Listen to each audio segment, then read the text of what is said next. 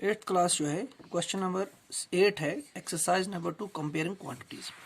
यहाँ क्वेश्चन है, question number 8 में आपको समझा देता हूँ। क्वेश्चन ये कह रहे हैं, एक आदमी है विनोद जब कंपनी में जाता है तो वो टीवी की प्राइस पूछता है कंपनी वालों से। तो कंपनी वाले उसे कहते हैं आपकी जो टीवी की प्राइस है वो है रुपीज़ 13,000 रुपये।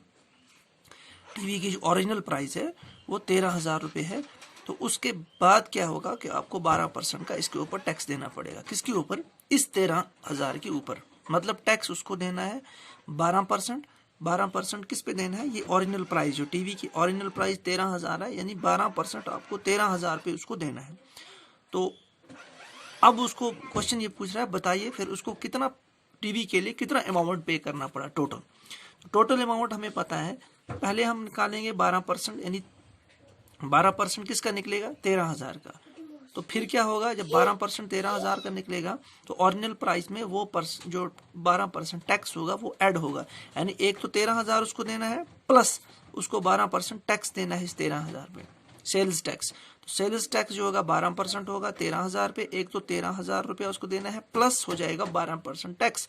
तो जो अमाउंट दोनों का मिलाकर 13,000 प्लस 12% जो हमारे पास होगा वो अमाउंट उसको पे करना पड़ेगा टीवी कंपनी से खरीदने के लिए। अब पहले हम लिखेंगे ओरिजिनल प्राइस ऑफ टीवी। ठीक है, ओरिजिनल प्राइस कितनी है? Rupees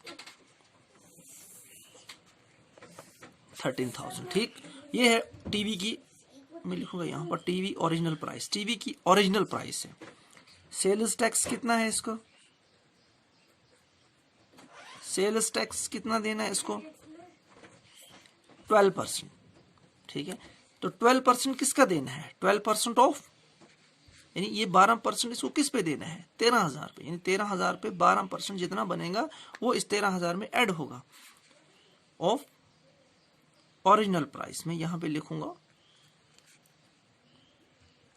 original price. ठीक है, यानी सेल्स टैक्स उसको देना है 12%। किस पर? Original price. तो ओरिजिनल प्राइस तो 13,000 है। तो पहले हम निकालेंगे सेल्स टैक्स।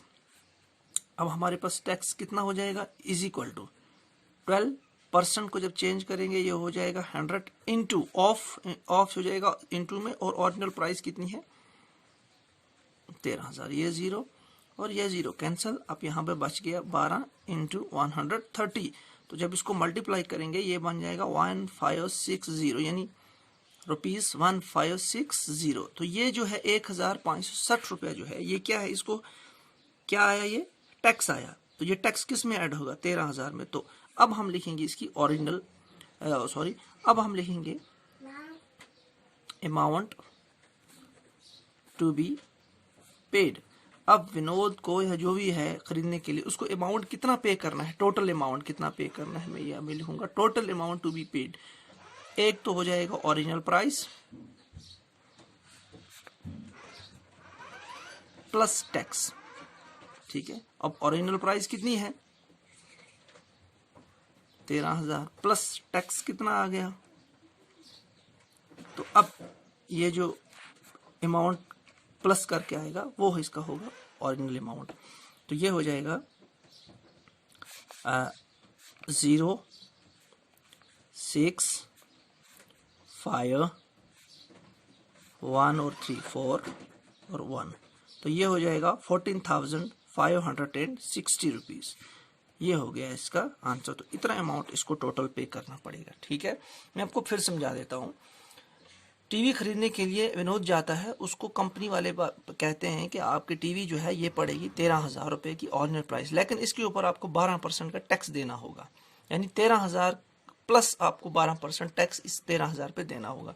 तो पहले हम जो है ये 12% निकालेंगे 13,000 पे कितना होता है। तो हमने ये 12% जो निकाला ओरिजिनल प्राइस पे, तो ये हमारे पास हो गया 1560।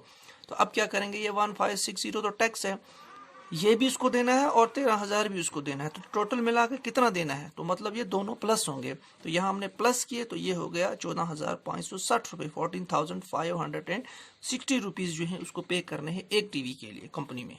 ये आपका आंसर है।